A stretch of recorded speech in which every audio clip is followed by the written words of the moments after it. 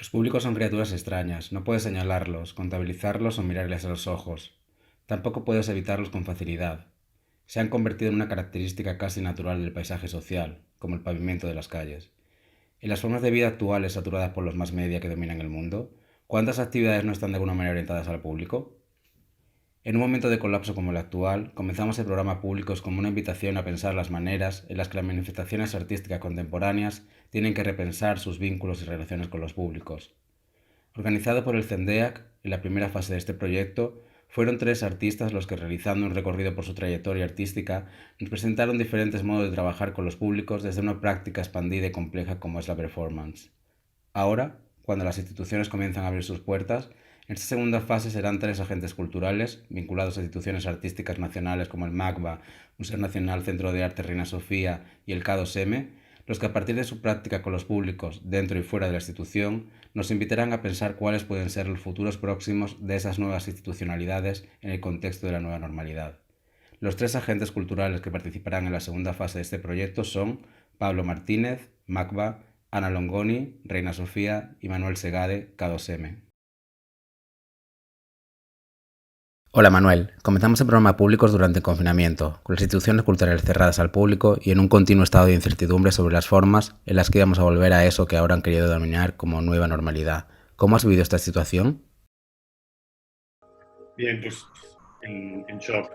O sea, realmente yo estaba de vacaciones justo la semana antes, post-Arco, y llegué a España de vuelta justo el día que empezaba el estado de alarma. O sea que durante una semana recuerdo que me preocupé bastante sobre mi cerebro. Recordaba mucho esta cosa que pasaba en las películas al que matan en la película de terror a la segunda escena, porque no podía leer, por ejemplo. Podía hacer reuniones de trabajo muy técnicas, es más, tenía el cerebro bastante fresco para las cosas prácticas, supongo que porque había estado de vacaciones, pero en cambio todo lo intelectual se me hacía un mundo. O sea, podía leer el periódico, pero no había una posibilidad de concentración. Y claro, de repente además te encuentras a tu alrededor a muchísima gente vulnerable, ¿no? Y con mucha inquietud, vulnerable en todos los sentidos, ¿no? Física, laboral, de salud, etcétera, y emocionalmente sobre todo. Y entonces, claro, mi familia está lejos, todo era como un poco pesado. Pero lo que sí que fue muy, muy interesante es precisamente, digamos, empezarse a centrar en el tema de quién tiene el privilegio, ¿no? ¿Dónde estás? O sea, pues estás en una casa, estás muy bien con tus plantas, estás muy a gusto, y de repente te empiezas a plantear ese tema de si tengo el salario, tengo el tiempo, tengo el lugar, tengo internet. ¿Cómo puedo empezar a devolver, ¿no? Y ahí vino algo que yo creo que estuvo fantástico, que fue ese momento en el que, en este caso, tanto la gerente del museo como Arantxa Borraz como Tania Pardo, que es la subdirectora y también asesora de Bellas Artes de la comunidad, pues ocurrió que de repente empezamos con esa urgencia, los tres, que no era tan sencillo de juntarse en el programa, en el calendario, para empezar a pensar precisamente eso, cómo teníamos que hacer con las cosas que sabíamos que tenían que aplazarse, pero que teníamos que lograr pagar en alguna parte, ¿no? Al menos. Cómo podíamos eso, salvar todo lo que era programa y lo fundamental, ¿no? Entender que estábamos viviendo un momento de saturación de programación digital de golpe, en el que toda la comunicación de todas las instituciones se había convertido en la programación y claro, ocurría que estábamos entregando cultura gratuita, pero sin pensar, bueno, al menos la mayoría de las instituciones no estaban pensando en que tenía que ser cultura retribuida, ¿no?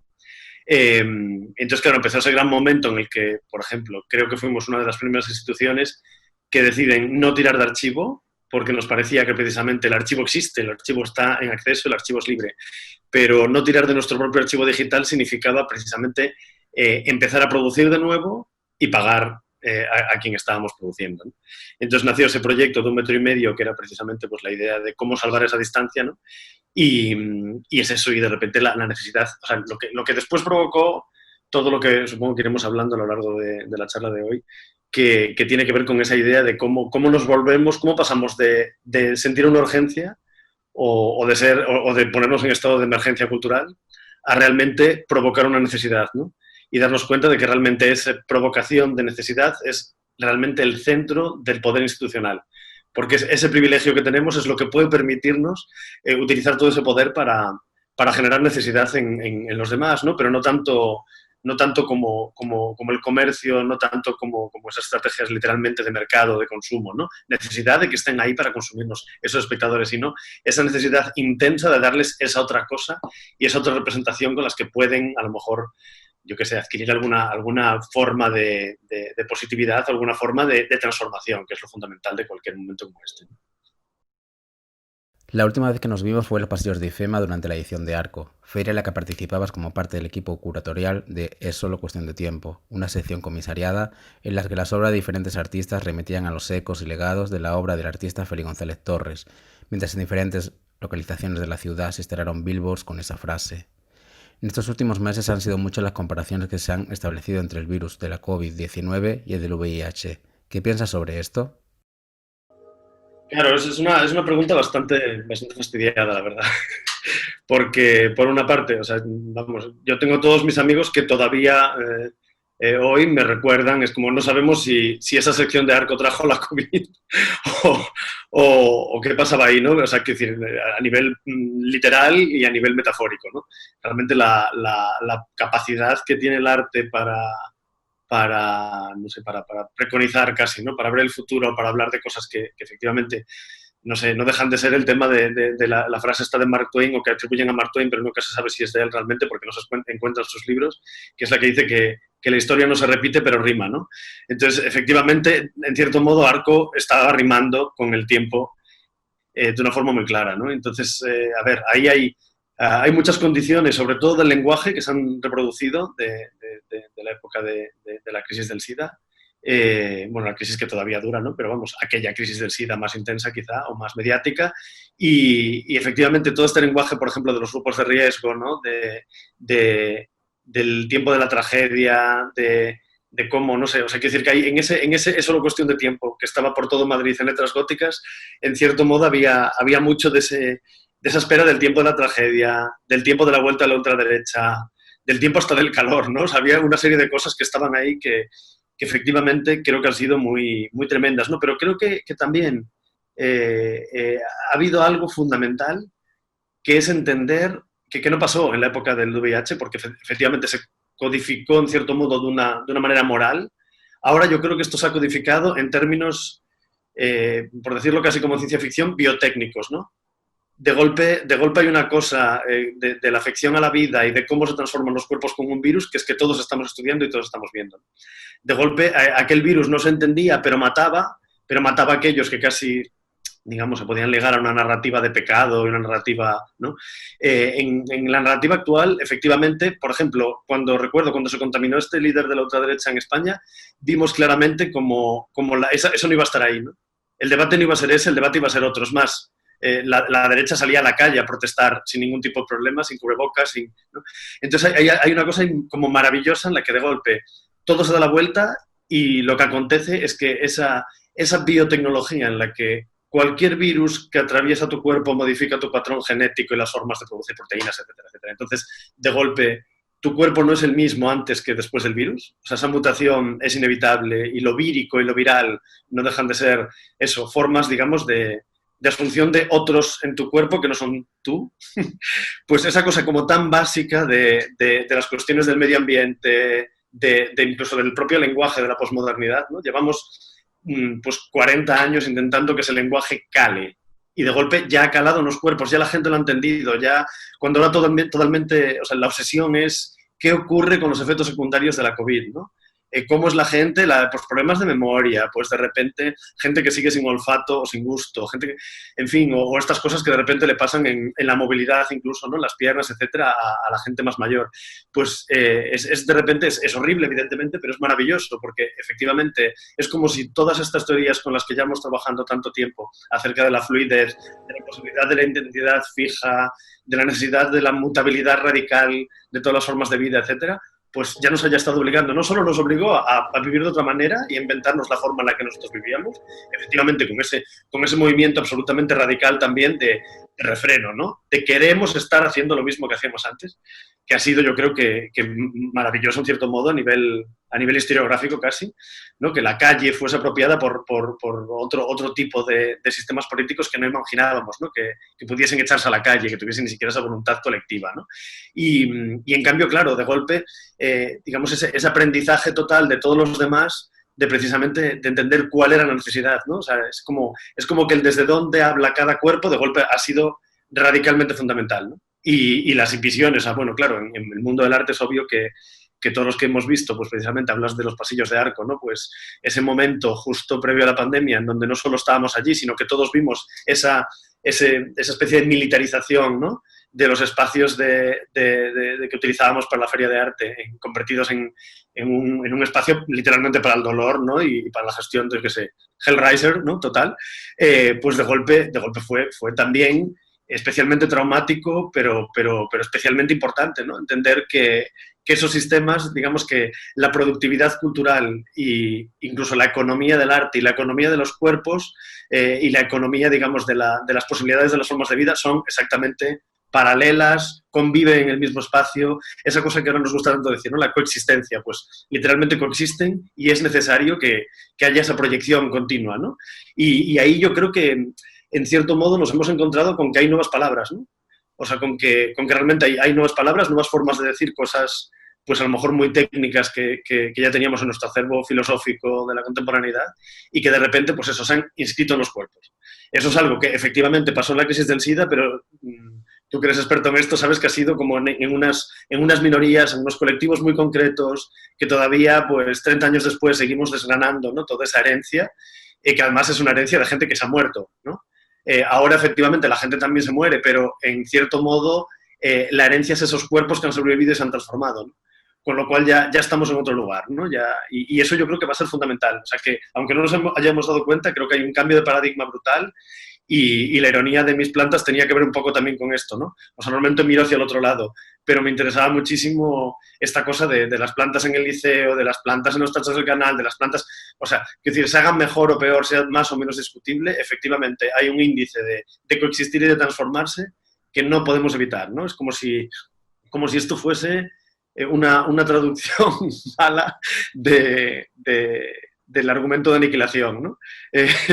Y de repente estuviera pasado y ya estuviera ahí, ¿no? Y de repente nos hubiéramos dado cuenta de que, vale, ni somos Natalie Portman, ni todo es... Desgraciadamente las cosas no son de luz irisada, ni mucho más bonitas, ni brillantes, pero efectivamente esto ya ha pasado, la transformación ha ocurrido. En pleno estado de confinamiento, se publicaba el 20 de abril de 2020 en ADESC una entrevista con Martí Manén, en la que, a propósito de las maneras en las que el virus nos había cambiado a nosotros y a la institución, terminabas diciendo: creo que antes de pensar en cuál será el roce, debemos pensar en cuál es la modalidad de contaminación que hemos sufrido y cómo nos ha transformado. ¿Cómo poner nuestros cuerpos en el espacio de lo común cuando aún no tenemos permiso de tener nuestros cuerpos juntos? Un cuerpo inmunizado es un cuerpo construido como nuevo, estructuralmente nuevo. Pienso en ese sueño de la crisis del SIDA, el del amor entre cuerpos inmunes que todavía no ha llegado, y pienso en toda la cadena de solidaridad que todavía son necesarias para no perder la esperanza de que eso tiene que ocurrir. ¿Sigues pensando en ese horizonte posible? Claro, a ver, creo que el tema de los cuerpos juntos es el gran tema, digamos que es el gran tema, quizá, si me apuras, desde la Revolución Francesa, ¿no? O sea, todo el siglo XIX es un siglo que va del miriñaque y del vestido imposible, de distancia social, literalmente, casi como una broma, ¿no? Al espejo de cuerpo entero que realmente se impone en las casas a finales del siglo XIX, al mismo tiempo que los inodoros, ¿no? Convencionales. O sea, quiero decir, la cerámica higiénica y los cuerpos enteros van a la vez, ¿no? O sea, la gente se olvida a veces, a mí me encanta esa anécdota de que en el siglo XVIII se tiraban polvos como talco y cosas así para que las bañeras no reflejasen.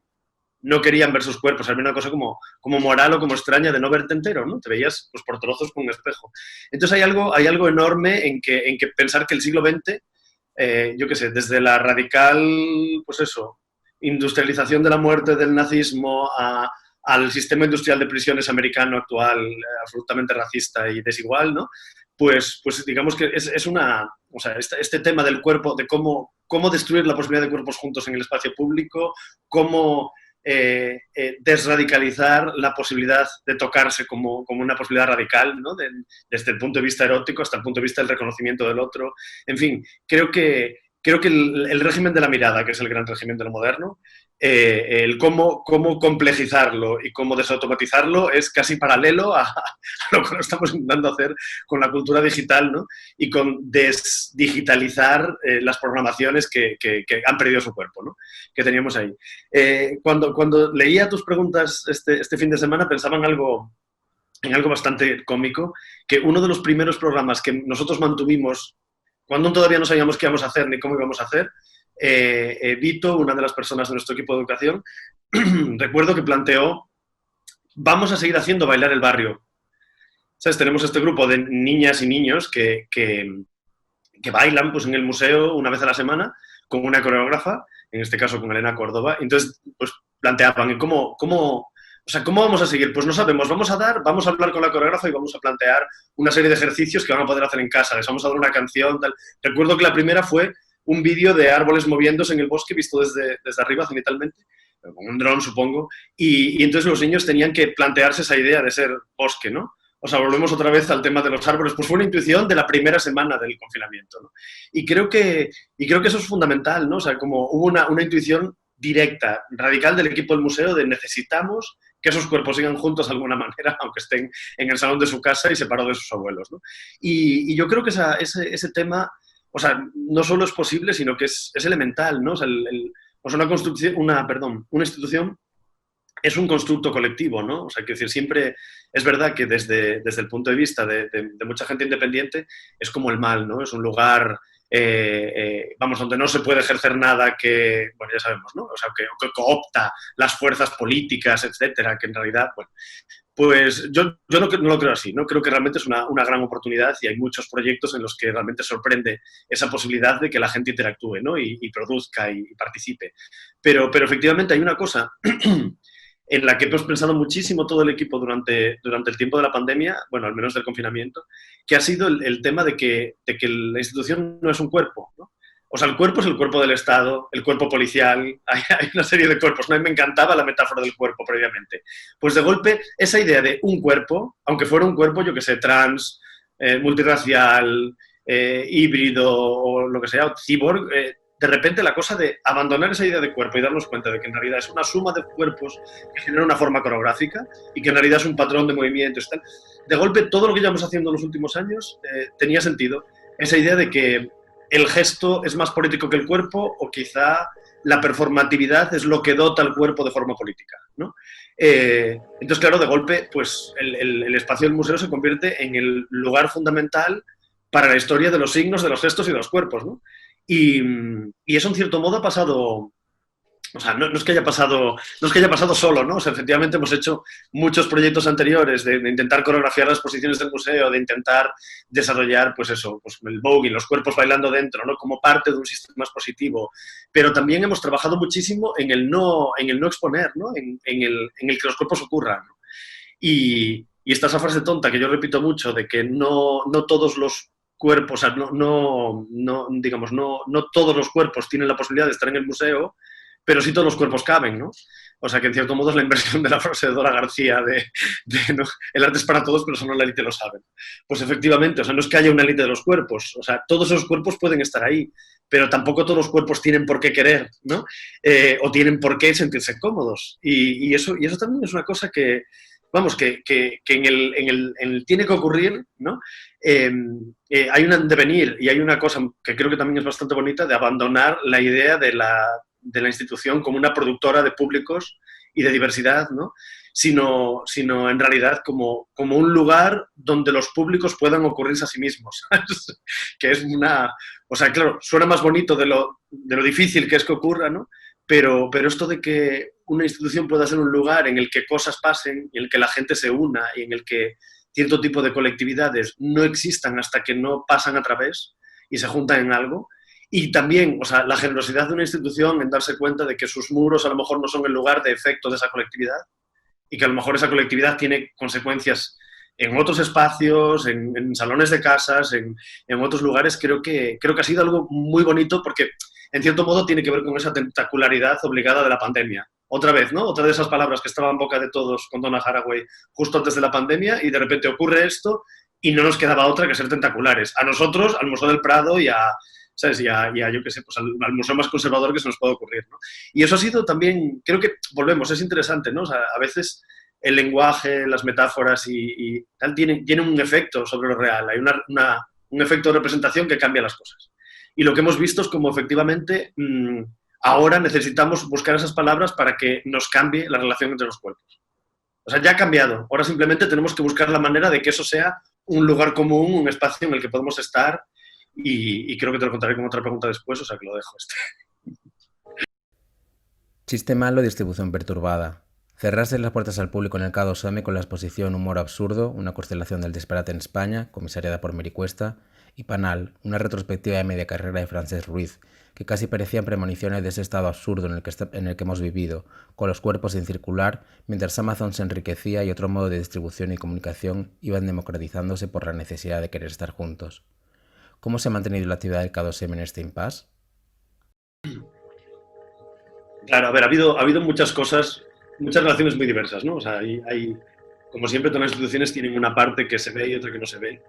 Y a mí o sea, digamos, era muy doloroso pensar en todos los que desaparecían. Y no solo, quiero decir, no hablo de la gente que se muere, que espero que no se haya muerto, la verdad, pero hablo de cómo, por ejemplo, el huerto, que era un espacio de gente mayor y evidentemente es un espacio hiperfísico, ¿no? Donde precisamente esos cuerpos tienen los cuerpos rurales de Móstoles, o sea, de cuando Móstoles era rural o que vienen del campo como migrantes, pues han tenido esa capacidad de depositar en nuestro huerto la memoria de su cuerpo, la memoria del trabajo en el campo, etc. ¿no? Pues esos cuerpos no podían volver, o sea, y no han vuelto todavía realmente, ¿no? Estamos preparando su vuelta, pero todavía no es posible. Bueno, además que la Solaca de Madrid en este momento no da como para eso, ¿no? Pero luego, por ejemplo, las tejedoras, que son también otro colectivo de gente más mayor, pues este colectivo de Tejiendo Móstoles pues también tiene mucha dificultad en regresar y estamos también pensando cómo y estamos articulando algo creo que bastante bonito con ellas, ¿no? Pero digamos que ha habido dos cosas. Una, la necesidad imperiosa del trabajo del equipo, ¿no? La continuación del trabajo del equipo y efectivamente de una forma tremenda porque pues digamos que hay gente que tiene familia, yo qué sé, familiar es muy complicada, hay gente que puede trabajar más fácilmente en su casa, gente que no, gente que tiene casas más agradables que otras para estar, efectivamente, y luego, bueno, pues eso, gente que gestiona mejor emocionalmente la soledad o el aislamiento, ¿no? Entonces, claro, yo creo que hay una cosa muy, muy, muy fundamental del mantenimiento de la actividad, que no es solo cómo el equipo interno seguía trabajando utilizando su propio internet y sus propias casas y sus propios ordenadores domésticos. Esto quiere decir dándole a la Comunidad de Madrid los medios efectivos para poder ejecutar su trabajo, que eso es enorme y fundamental para verlo. Y luego el otro lado, ¿no? Esa energía y ese cuerpo que se pone en cosas como Zoom y cómo eso, digamos, pues siempre hemos hablado de cómo hemos trabajado mucho más durante la pandemia, ¿no? Cosas que llevan menos tiempo, llevan más tiempo. ¿Por qué? Pues porque una parte de gestión emocional y afectiva fundamental, ¿no? O sea, hemos dejado de hacerlo ya, muy rápidamente nos hemos desautomatizado, pero pues al principio lo primero, no escribías un email de golpe, escribías un primer email preguntando cómo estaba alguien, si tal, si ya contestaba sabías que más o menos, pues por lo menos estaba enfermo, enferma y ya se podía seguir trabajando, etcétera. O sea, digamos, cómo cuidar a todos esos terceros que trabajan con nosotros ha sido enorme. Porque, claro, al principio no tenías nada que decir. Simplemente era un micrófono abierto y mantener ¿no? Esto ¿cómo se llama? Mantener el canal de comunicación, ¿no? Que esto pudiese continuar y ya iríamos viendo y iríamos desgranando. Y efectivamente, bueno, pues eso nos ha llevado a que bueno, hemos tenido un termómetro muy grande de todo lo que estaba pasando alrededor, ¿no? Pero luego también pues digamos, tenemos un equipo de educación que es una maravilla realmente y estas cosas como de desarrollar con los colectivos pequeños, los microcolectivos, pues eso, desde bailar al barrio hasta el coro. Por ejemplo, el coro empezó a trabajar con llamadas telefónicas, ¿no? Empezaron a hacer el coro por teléfono entre unos y otros, ¿no? Digamos, como pasándose ejercicios o como generando un teléfono roto de voces, ¿no? Sub-21, la liga de adolescentes, vaya, de menos de 21 años, pues de repente empezaron a quedar los sábados a cocinar y comer, ¿no? Y entonces juntas todas estaban cocinando y comiendo como si fuera una reunión familiar, pero de otro modelo de familia, ¿no? En fin, o sea, esto ha pasado con casi todos los colectivos del centro de una forma absolutamente discreta y callada, ¿no? Y claro, ahí yo creo que, o sea, se ha conseguido mantener la actividad en los máximos, ¿no? Y efectivamente ha habido muchísima respuesta digamos, de nuestras comunidades de escucha a todo lo que se ha ido haciendo, pero por otro lado, claro, o sea, hay muchísima actividad. Digamos que lo que hemos hecho es, no sé cómo decirlo, como elevarla al cubo, convertirla en meta. O sea, que hemos empezado a trabajar en un montón de cosas que esperemos que eclosionen en algún momento dado, que tienen que ver con que, efectivamente, cómo mantenemos una exposición de próxima producción que ya estaba muy madura en el horno sin que se queme, ¿no? Sin que se haya pasado de vuelta, sin que haya... Entonces, una cosa muy sencilla como que estar trabajando, manteniendo el nivel de entusiasmo y el nivel de afecto y el nivel de cariño depositado en un proyecto casi inminente, pero sabiendo que no tenemos fecha para darle todavía, ¿no? Entonces, eso es algo en lo que todavía estamos y que creo que ha sido muy, muy bueno, ¿no? Porque ha sido, o sea, tiene que ver con que algo aplazado, de repente, en esta nueva noción de los tiempos que nos ha provocado el coronavirus a todos, ¿no?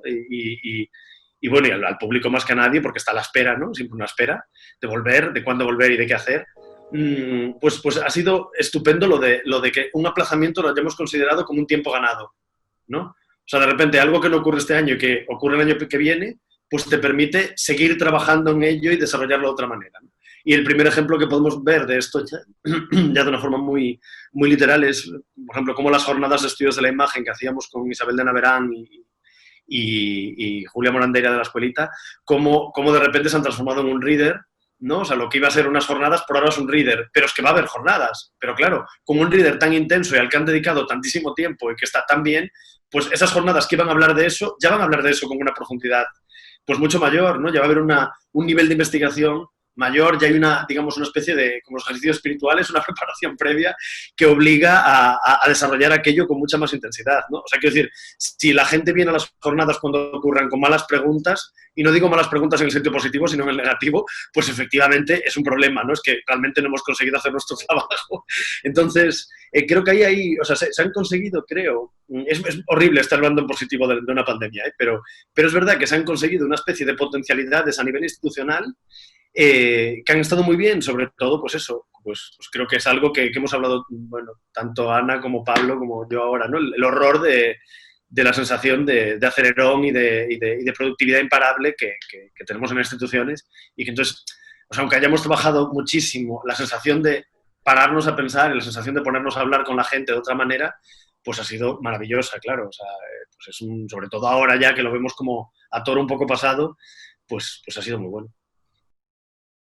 Desde tu llegada al museo te planteaste como uno de los objetivos vincularlo a la particularidad del territorio en el que se emplazaba, la localidad de Móstoles, y visibilizar el público real que asistía al museo y a las diferentes actividades que se hacían en él. ¿Cuáles fueron las estrategias que se han llevado a cabo en este sentido? A ver, el tema del ámbito local realmente, yo lo heredo absolutamente. O sea, por suerte, lo heredo muy bien. O sea, porque quiero decir, el equipo de Ferran Berenbrit, pero vamos, creo que en este caso muy, muy directamente bajo la responsabilidad de Pablo Martínez, ¿no? Todos los programas públicos y educativos pues, fueron diseñados como una práctica situada en el contexto local y con la gente local, ¿no? Donde nunca se olvidaba ese mundo alrededor.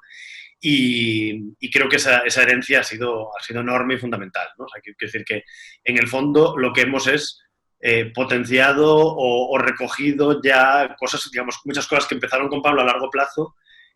Cuando pasan ya pues, más de 10 años de museo, pues obviamente eso, si funcionó y se está funcionando, pues va a tener unos frutos muy grandes, ¿no? Pues digamos, si hay, no sé, pues 8 generaciones o 9 de sub-21, de chavales que han venido al museo y que han preferido, pues yo qué sé, acampar en verano en el museo que en una playa de Almería, en un camping de surf, pues efectivamente, si esos chavales han decidido quedarse en Madrid, pues efectivamente a la larga pues van a ser un público que cuando sean adultos de todo, pues va a revertir en cómo funciona el museo, ¿no? Y efectivamente toda esta gente pues es un capital que sigue viniendo, que construyen el museo con sus familias también, en fin, lo pongo un ejemplo de esos micropúblicos más directos de participación, ¿no?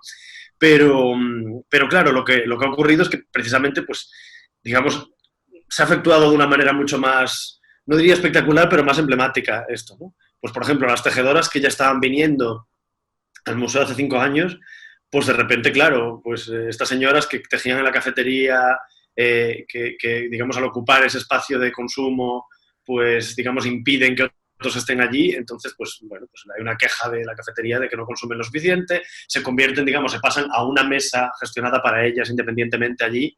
¿Y qué ocurre? Pues que poco a poco van creciendo, creciendo y creciendo y solicitan hacer algo con el museo, ¿no?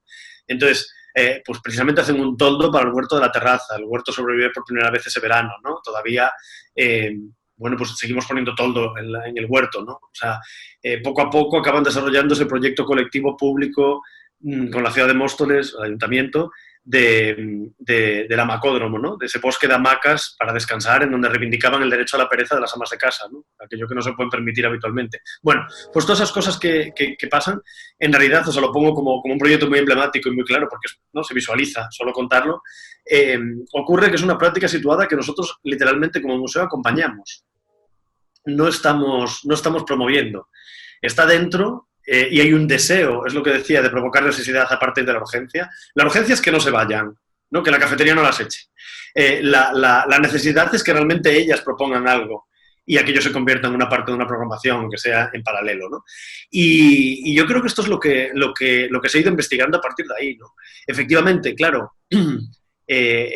pues eso, a partir de cosas tan concretas como esto, pues experimentos en exposiciones con los públicos, como ocurre con el Bogo, como ocurre con coreografía en exposiciones, ¿no? Donde el mayor público de 3 cuerpos, o sea, 3 intérpretes que están realizando una coreografía durante, bueno, varias coreografías encadenadas a lo largo de todo el día, pues a lo mejor vienen 3 personas ese día y han estado realizando las performances para ellos mismos y para los vigilantes del museo, ¿no? O sea, la gente que está en las salas, que realmente han sido los únicos seguramente que hayan visto el desarrollo de todas estas performances a lo largo de todo el día, ¿no? O sea, pues de cada uno de estos proyectos más o menos fracasados aprendemos muchísimo y con esa herencia, digamos, también vamos desarrollando otras cosas, ¿no? Recuerdo que el año pasado, por ejemplo, hubo uno que creo que ha pasado bastante desapercibido, pero ha sido una experiencia bastante radical, que suponía, digamos, que el cine de los domingos del museo se convertía en un cine de fin de semana, digamos, casi como si fuese pues un cineclub clandestino, ¿no? Entonces, lo que ocurría es que con Vanessa López e Israel Cordero, pues estos 2 artistas, su proyecto artístico precisamente consistía en desarrollar esos espacios de escucha en los que ellos invadían una casa doméstica, que evidentemente con la complacencia de las familias que allí vivían, y cada día pues ponían una película y debatían allí con la gente asistente que se había apuntado evidentemente previamente, porque en una casa particular pues no cabe todo el mundo, ¿no? Literalmente. Entonces, en cierto modo, pues esto fue ocurriendo durante sábados y domingos a lo largo de muchas semanas, bueno, varios meses, y efectivamente generó una experiencia alucinante de gente que repetía de casa en casa. Bueno, pues imagínate, estás metiendo en tu casa, en tu intimidad, gente que no es, o sea, pues lo mismo que hemos hecho con los Zooms durante toda la pandemia, ¿no? Pues en cierto modo esa cosa de lo doméstico político, y bueno, y además con unas películas que normalmente una la elegían con sus, digamos, anfitriones, pero otra la ponían porque sí los artistas como parte de su proyecto, ¿no? Entonces, claro, imagínate, es toda una serie de un test para públicos al que yo, francamente, incluso tuve bastante, o sea, como inquietud. Ya no digo miedo, pero al menos esa cosa de ¿qué pasará con esto? A lo mejor de repente pues tienen a gente, pues no sé, perturbada, entrando en las casas y desarrollando. Pues al final fue un proyecto absolutamente alucinante y que además, justo, mira, el nombre era Si no existieran los otros. O sea que es como, bueno, pues fascinante para lo que estamos viendo ahora, ¿no? Yo qué sé, en el grupo de...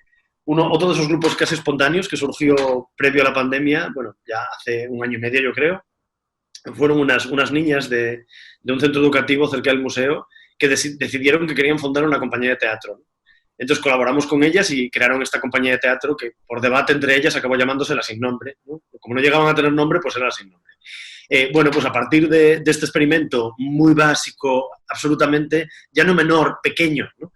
Pues de ahí acaba desarrollándose este colectivo que se llaman Estudios Escénicos Raros y que es bueno, pues de estos másteres informales, escuelitismos, como quieras llamarlos, que se desarrollan en este museo y que permiten, pues por ejemplo, yo qué sé, pues que los chavales aprendan de luminotecnia expositiva y teatral de una forma absolutamente maravillosa, como acudir con un iluminador a la terraza del museo a ver la puesta de sol y utilizar de esas gafas prismáticas absolutamente delirantes que permiten dividir los espectros de la luz y que entonces veas todos los colores realmente que están ocurriendo en una casi como volúmenes físicos, ¿no? Pues cosas así que yo, desgraciadamente, no puedo hacer de niño, pues evidentemente generan una transformación de eso situado, de eso local, que yo creo que es elemental, ¿no? O sea, cuando presenté el proyecto para el museo, recuerdo que la frase central, o sea, sabemos que a los comisarios nos encantan las citas, pues ese proyecto tenía que tener una cita, aunque no fuese un proyecto curatorial, era un proyecto para ganar una plaza profesional. Pues recuerdo que una frase de Dan Graham, de este artista americano, que decía algo así, bueno, no sé si la voy a decir exacta, pero más o menos era, se me ocurre que el museo es el lugar ideal donde resintonizar el amor, ¿no? Pues efectivamente, o sea, esa cosa como de que la gente más joven de Móstoles viene al museo, se mete en la terraza, busca los lugares oscuros, está en las salas de vídeo, en parejas, etcétera. Digamos como que, en cierto modo, el lugar de libertad donde se puedan meter mano por primera vez sea el espacio del Centro de Arte 2 de Mayo, me parece que realmente es la mejor memoria que nadie pueda tener del espacio de un museo, ¿no? O sea, espero que realmente por esas cosas vuelvan, ¿no? Y de adultos sigan pensando que los museos son lugares maravillosos, ¿no? Pues efectivamente creo que ahí o sea, el tema este que ahora ya traducido a términos teóricos es como la baja institucionalidad, ¿no? O sea, el permitir que las cosas ocurran y dejar cierto grado de libertad a la gente que entra en un museo sin un arco de seguridad, sin, ¿no? Pues ese tipo de cosas creo que ya son elementales. Y luego, el cómo tener al equipo, y porque evidentemente es algo que yo no hago, que hace el equipo, ¿no? A la escucha y que permita que la gente que pase por el museo pues desarrolle sus propias cosas también, pues es fundamental, ¿no? Y esto, insisto, es una herencia, o sea, lo mutante, digamos, del propio edificio con las reformas que estamos haciendo, etcétera, no vienen más que, o sea, son lo más visible y parece un cambio, una transformación mucho más efectiva, mucho más clara, pero no vienen más que a, digamos, casi como formalizar, o sí, formalizar literalmente algo que ya estaba ocurriendo en todo el resto de los aspectos, ¿no? Una de las líneas fuerza que se marcaron desde hace años dentro de la programación del K2M fue aquella que tenía que ver con repensar la idea de la política de los cuerpos. En un momento como el actual, en el que el cuerpo ha vuelto a ponerse en el centro del debate, ¿cuáles van a ser las futuras líneas de trabajo en este sentido? Bien, esto es una gran pregunta. A ver, realmente, quiero decir, ese es el tema central de este museo, tal y como lo entendemos además desde antes que yo también, ¿no? No es, simplemente creo que como yo llevo falda se visibiliza más, ¿no? que antes. Y de repente, pues la gente se cree que estamos en un espacio queer cuando en el fondo ocurre una cosa o dos queer al año y el resto simplemente es que lo que vaya en contra de lo queer no entra por la puerta, simplemente, ¿no? Entonces es una cosa, que decir, no es tanto lo que... no, la gente se cree que es lo que haces, digamos, lo que ofreces o lo que metes dentro, y la cosa es no tanto digamos, lo que echas hacia afuera, lo que expones, lo que muestras, sino lo que dejas entrar, ¿no? Y eso es fundamental, ¿no? Eso como, yo qué sé, persona gallega, tengo la casa llena de amuletos anti mal de ojo y anti malos espíritus que se pongan a codar en mi espacio de hogar, ¿no? Y creo que eso es fundamental, o sea, eso es enorme de cara a las exposiciones, y las personas que, digamos, tenemos, no sé, pues deseos disidentes o llámalos como quieras, ¿no? O posibilidades de ser, a lo mejor, que no encajan tanto en la narrativa convencional, pues efectivamente sabemos que es fundamental lo que no dejas que te afecte, ¿no? Y creo que eso es lo que el museo hace muy bien. E insisto, o sea, me interesa mucho la pregunta, pero claro, el tema ese de, es que solo trabajáis, ¿os interesa solo esto o estas cosas que te interesan a ti? Y dices, no, perdón, es que el tema de los cuerpos debería ser fundamental para cualquier museo, ¿no? Y cuando insistimos en que en realidad lo que hacemos es seguir unas prácticas artísticas que ya están haciendo eso, si somos el lugar donde esas prácticas tienen que ocurrir, el cuerpo tiene que estar ahí, ¿no? Y efectivamente, pues un museo convencional es para el ojo, digamos, como órgano intelectual que no toca, masculino, de clase media y normalmente blanco también. Y resulta que los museos de arte contemporáneo son para todo tipo de cuerpo y todo tipo de deseo, pues efectivamente ya no son para un ojo, son para un cuerpo entero, ¿no? Pues quiero decir, eso, quiero decir porque no me parece tanto qué hacéis con eso, sino que es que eso me parece un deber elemental, y las instituciones deberían darse cuenta y deberían dejar de decirme, es que ese proyecto te interesará a ti. No, es que debería interesarte. Que es algo bueno, bueno, que está ahí y que es un prejuicio continuo, ¿no? Bueno, entonces, ¿qué haremos? Pues fíjate, estamos justo en el momento del no querer decir qué vamos a hacer, pero también estamos en el momento en el que sí podemos decir que todas esas promesas que lanzamos con este documento futuro, ¿no? digamos que sí vamos a empezar a investigar de una forma muy fehaciente con colectivos al medio y largo plazo que nos van a permitir, pues digamos, en eso, aprendiendo de esas formas de la escuelita y derivados, ¿no? O de las lindes en educación, etcétera, pues sí que vamos a lanzar una serie de proyectos que van a tener que ver, pues eso, con las posibilidades de los afectos en el momento del no tocar, con las, digamos, la potencialidad política del duelo, que es algo que es de lo que menos se está hablando. No paramos de hablar de tirar las estatuas, ¿no? Y no estamos hablando de que precisamente las estatuas lo que hacían es un duelo colectivo, ¿no? O sea, es decir, me parece increíble hablar de tirar estatuas de Colón y no hablar de cómo el Partido Nacionalista ultra nazi nace en Alemania solo en el momento después de construir un monumento al lado de la plaza de Brandenburgo, al lado de la puerta, masivo y gigantesco, que ya hace, digamos, el proceso de duelo colectivo por el holocausto ya no lo tienen que hacer los alemanes, lo hace ese monumento gigante, ¿no? En el que todo el mundo se fotografía para Grindr, por cierto, ¿no? Entonces, o sea, es tremendo, ¿no? Es olvidar, o sea, que realmente en el momento que el monumento está ahí para hacer algo, ese trabajo no está hecho. En el momento que Colón triunfa, pues ya no tenemos que plantearnos ningún problema colonial, ¿no? Entonces, quiero decir, es como, no, o sea, quiero decir que la pregunta en realidad debería ser sobre el duelo y no sobre las estatuas. Y eso tiene que ver con esto, ¿no? Volvemos a lo mismo, tiene que ver, el duelo se siente en el cuerpo, ¿no? Es una de las emociones o de los, ¿no? De los traumas más físicos, ¿no? De todo el mundo que ha pasado un duelo, sea por perder yo qué sé, una ideología, una posición política, un trabajo, una pareja, o eso, o digamos, un lugar, efectivamente sabe que es una emoción física, ¿no? Entonces, digamos que todo esto va a tener que ver con eso que decía antes del aplazamiento, ¿no? De cómo, por ejemplo, si aplazamos las picnicas hasta el año que viene, o autoplacer va a ocurrir de otra manera y no va a poder ser pues, tan masivo como era, pues estos conciertos de autoplacer y el trabajo con la gente de alrededor nos van a permitir pensar juntas cómo son los conciertos ahora, qué tipo de cosas necesitamos y sobre todo qué puede dar una institución a este tipo de colectivos, ¿no? Y lo mismo con respecto a Picnic, ¿no?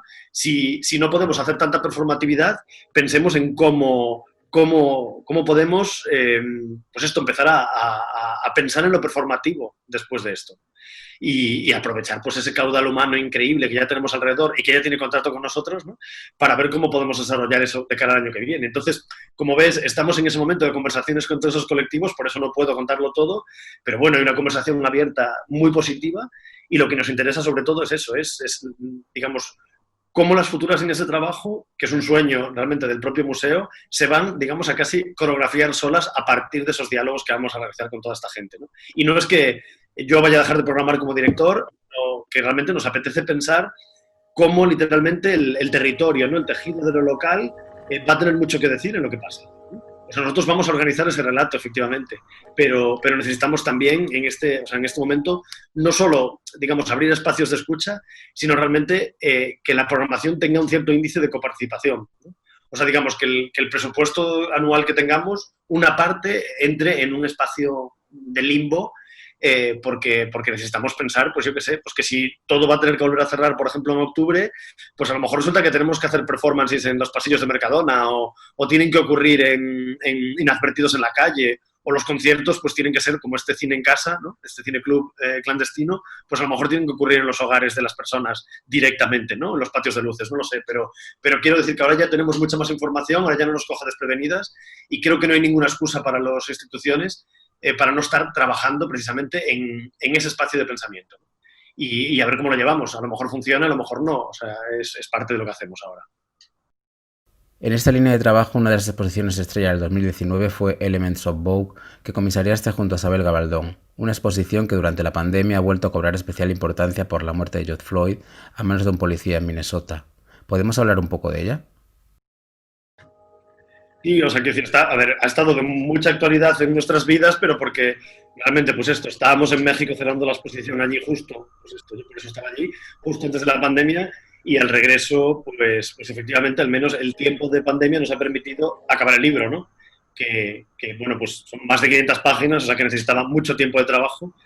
Eh, digamos que nos costó 2 años descubrir cómo el libro podía bailar, y nos costó 2 años, sobre todo, llegar a una decisión final acerca de cómo conseguir que el paralelo al reader, o sea, digamos que esta fantasía nuestra de crear un shader, ¿no? En el voguing tú primero digamos, cuando compites en baile, miras cómo lo hace el contrario, haces un reading, o sea, un análisis de cómo el contrario es, cómo digamos, tu adversaria te va a componer a ti, y a partir de ahí, pues digamos, tu persona va a reaccionar y seguramente vaya a intentar hacer shade en algún momento, que es tapar al contrario, o sea, hacer que el contrario sea invisible, precisamente con un gesto mayor, ¿no?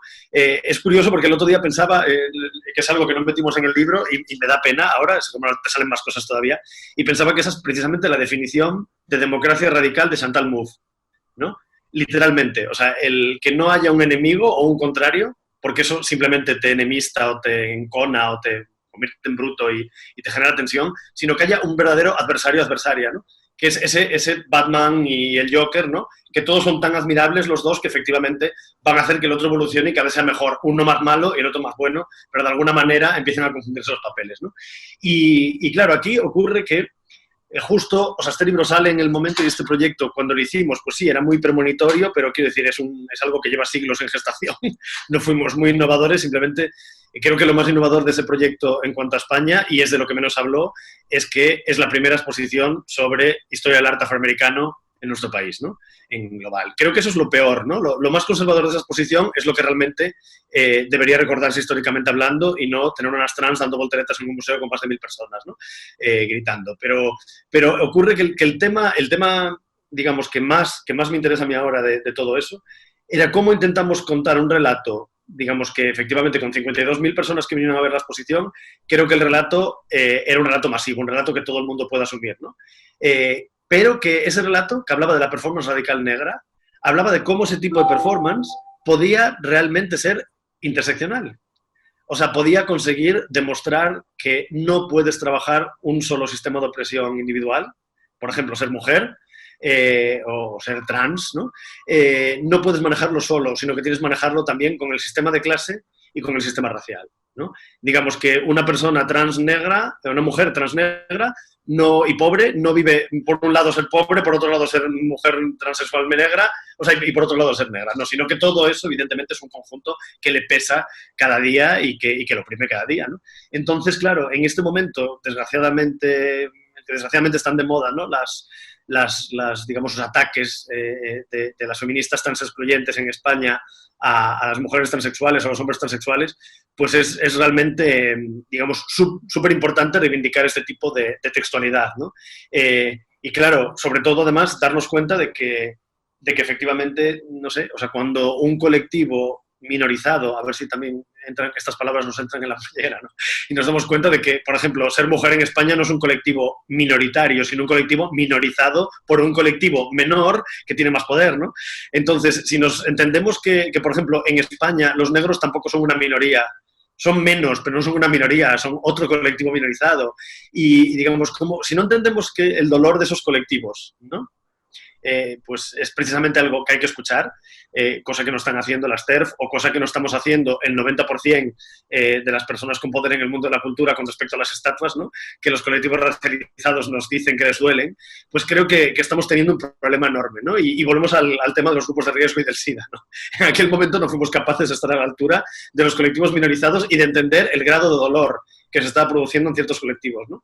Pues creo que en la actualidad, aunque no sea en la consecuencia de la COVID, es elemental partir de esos aprendizajes y entender todo el rato que, bueno, pues eso, que esas políticas de los cuerpos que ahora tienen que estar tan presentes no pueden olvidar esos lenguajes interseccionales y que debemos ya de detenernos a hacer programaciones en los museos, efectivamente, pues mucho más lentas y mucho más inclusivas y pensar en cómo conseguimos esos niveles de inclusión, ¿no?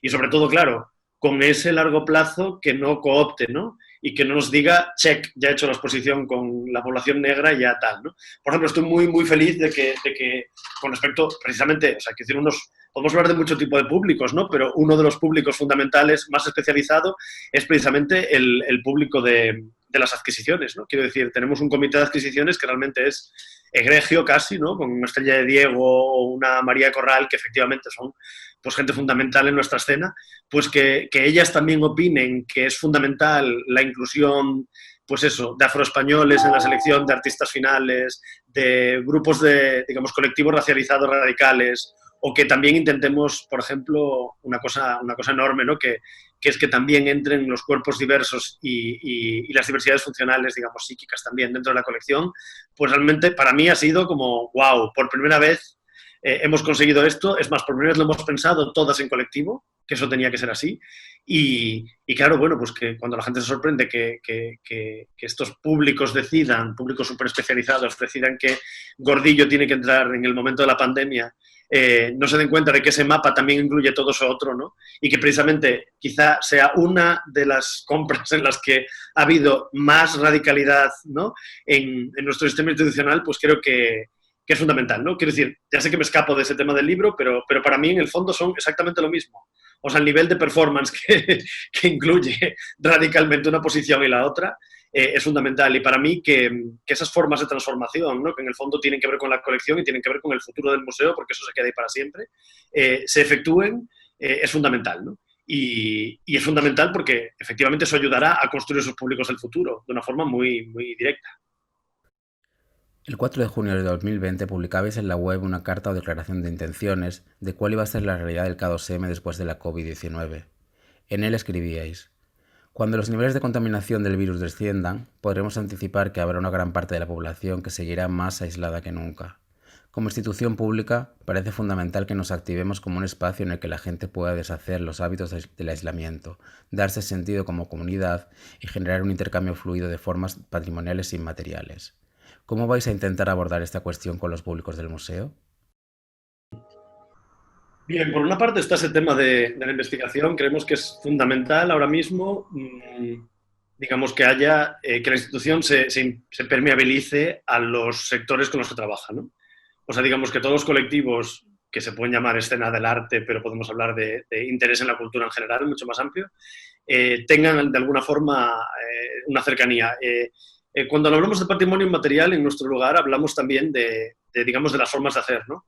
O sea, creemos que hay un patrimonio que evidentemente es pues, esa cultura material, que es la colección en sí misma, y luego hay una serie de cosas que nosotros consideramos patrimonio inmaterial que tiene que ver con la forma de hacer las cosas y que en cierto modo buscamos cómo patrimonializar, ¿no? O a lo mejor en el museo probamos mucho con cómo matrimonializarlo, ¿no? Este patrimonio.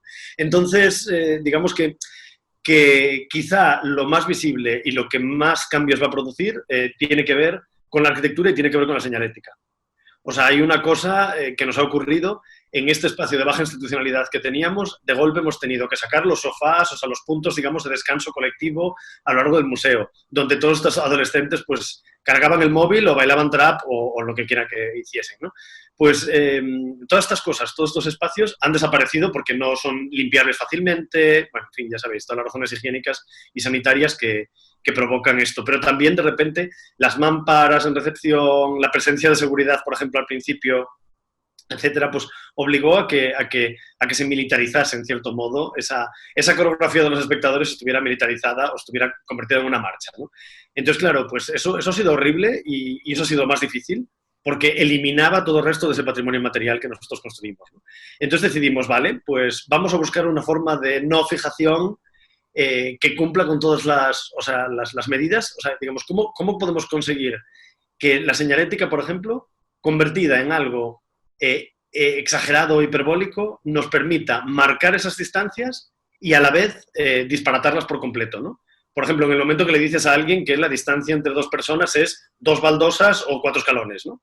Y que la tienes que mantener, o que, por ejemplo, la distancia social se convierte en algo que es absolutamente obligatorio abolir en el momento que te tienes que acercar al gel, por ejemplo, ¿no? Que es obligatorio tocar todo el mundo el mismo. O en el momento, yo qué sé, que la biblioteca está cerrada, pero simplemente lo que ha ocurrido es que la biblioteca sigue en fase 0, mientras todo el resto del museo está en fase 3, ¿no? En fin, o sea, códigos de lenguaje, formatos, no solo textuales en el espacio.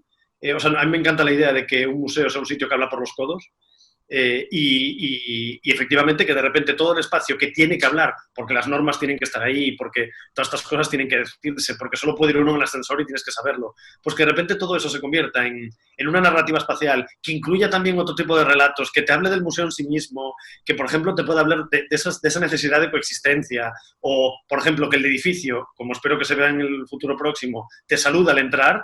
Pues es un proyecto que estamos haciendo con Murray, con un colectivo de diseñadoras gráficas de aquí de Madrid, y que efectivamente creo que va a ser maravilloso y que nos va a permitir recuperar digamos, esa libertad dentro de una especie de juego muy abierto, ¿no? Por otro lado, también estamos incluyendo elementos de arquitectura efímera, que seguramente estos pues, solo se puedan testear a partir de septiembre, que estamos trabajando con otro colectivo que se llama Estudio Animal y con estos arquitectos pues estamos haciendo una especie de tótems que nos van a permitir pues precisamente jugar con la inclusividad de otra manera, ¿no?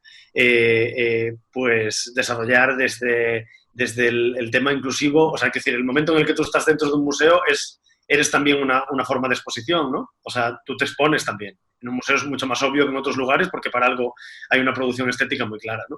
Pues digamos, y si en vez del selfie resulta que lo que tenemos es espejos, ¿no?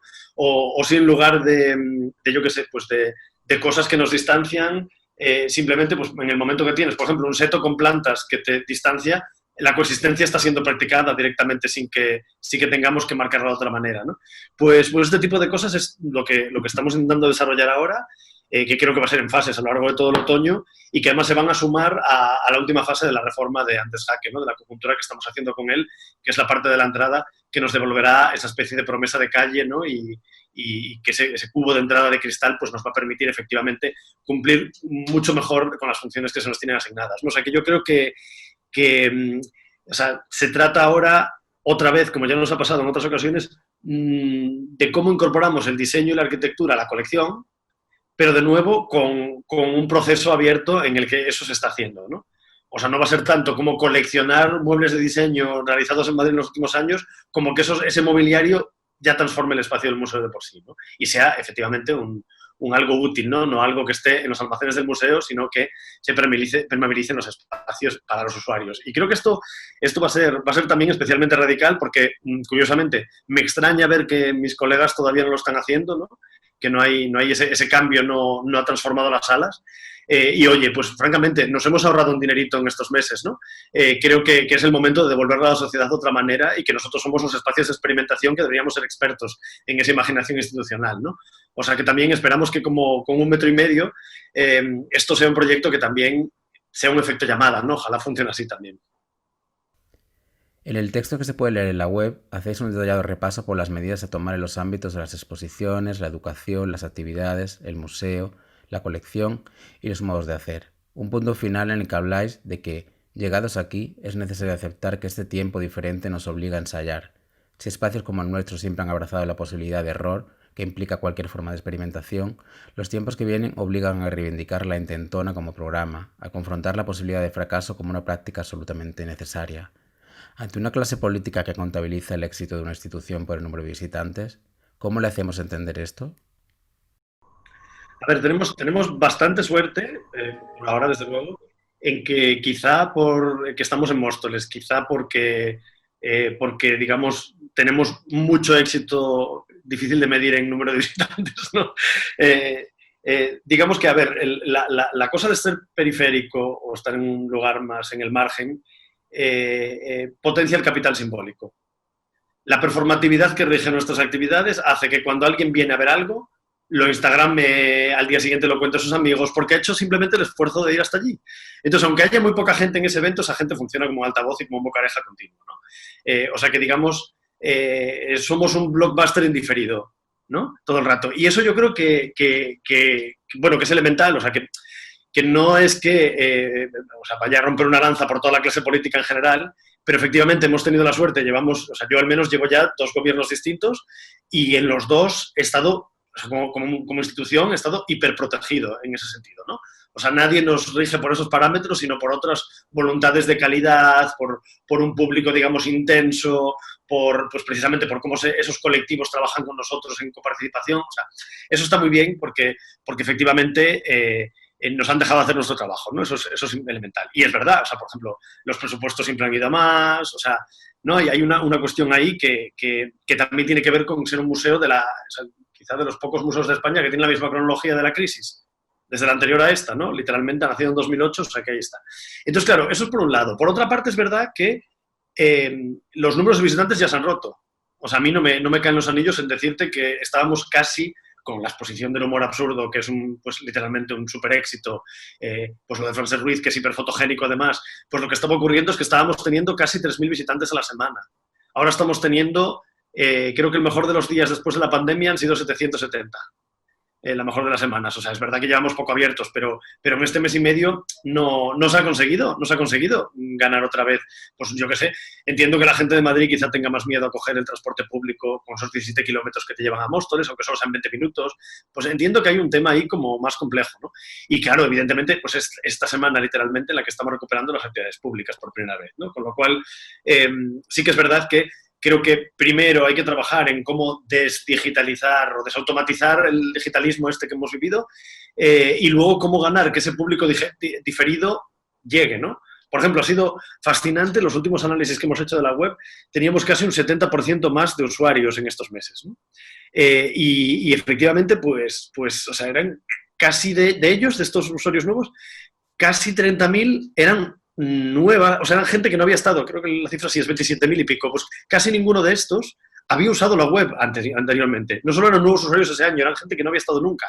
IPs que no existían, etcétera, o sea, que no habían existido antes. Entonces, todo ese crecimiento también en redes sociales, o sea, nos encantaría buscar cómo devolverlo, ¿no? O sea, no tanto que entre en el centro, pero, o sea, quiero decir, si de estas 750 personas que están viniendo ahora al museo me enterase, porque no estamos haciendo encuestas, evidentemente, tampoco se podrían hacer ahora, ¿no? Pero que llegasen, pues me dicen que el 30% es público nuevo, sería absolutamente maravilloso, ¿no? Y es lo que estábamos consiguiendo con la exposición del humor. Con lo cual, bueno, espero que en lo que resta de año, o sea, realmente los públicos vuelvan, pero sobre todo es eso, o sea, creo que la pedagogía, digamos, el que nos hagan, o sea, digamos, el 90% del trabajo de los directores, aunque nunca se diga, es hacer pedagogía política, ¿no? Y que todos nuestros jefes entiendan, hagan suyos nuestros discursos, ¿sabes? Ya nadie le extraña que nosotros hablemos de cuerpo o que lo queer sea una palabra que tenemos en la boca directamente, porque efectivamente hemos hecho ese trabajo continuamente. Han entendido que eso es parte de nuestra trayectoria. Nos han extrañado de tener, pues, el pánico genital de Bali Export y a Joan Jett Black con una escopeta en la entrada del museo mientras toman un café en la cafetería. O sea, todo eso ya ha parecido lo normal, ¿no? Entonces, digamos que creo que ahí está el esfuerzo de la institucionalidad, ¿no? O sea, no es tanto lo radicales que somos, porque no lo somos, es asumir que el objeto fundamental de estudio de un museo de arte contemporáneo es el arte contemporáneo. Y en el momento que cambiemos las tornas y lo convertimos en un sujeto, entonces entendemos que el público también lo es, ¿no? Y entonces todo da la vuelta. Y de golpe, pues la entidad de dirección, pues evidentemente tiene el poder de decisión, pero ya se convierte en una especie de cosa en la marea que se deja llevar por muchas otras cosas que no solo el interés político, ¿no?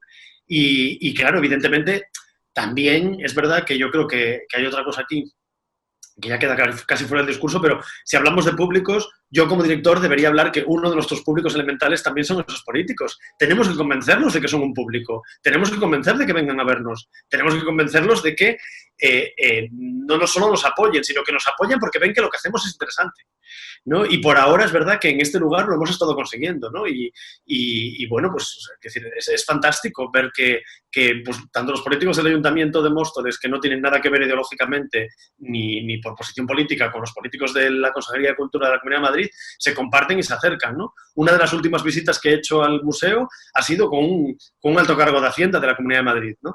Que además no es de Ciudadanos, es del Partido Popular, que es otro partido en que compartan gobierno, ¿no? Con el que tenemos. Eso es fantástico, eso está ocurriendo. O sea, literalmente creo que ahí es verdad que el mismo trabajo de baja institucionalidad que hacemos con digamos, el ciudadano de a pie, lo hacemos también con la ciudadanía, digamos, que dirige nuestros presupuestos.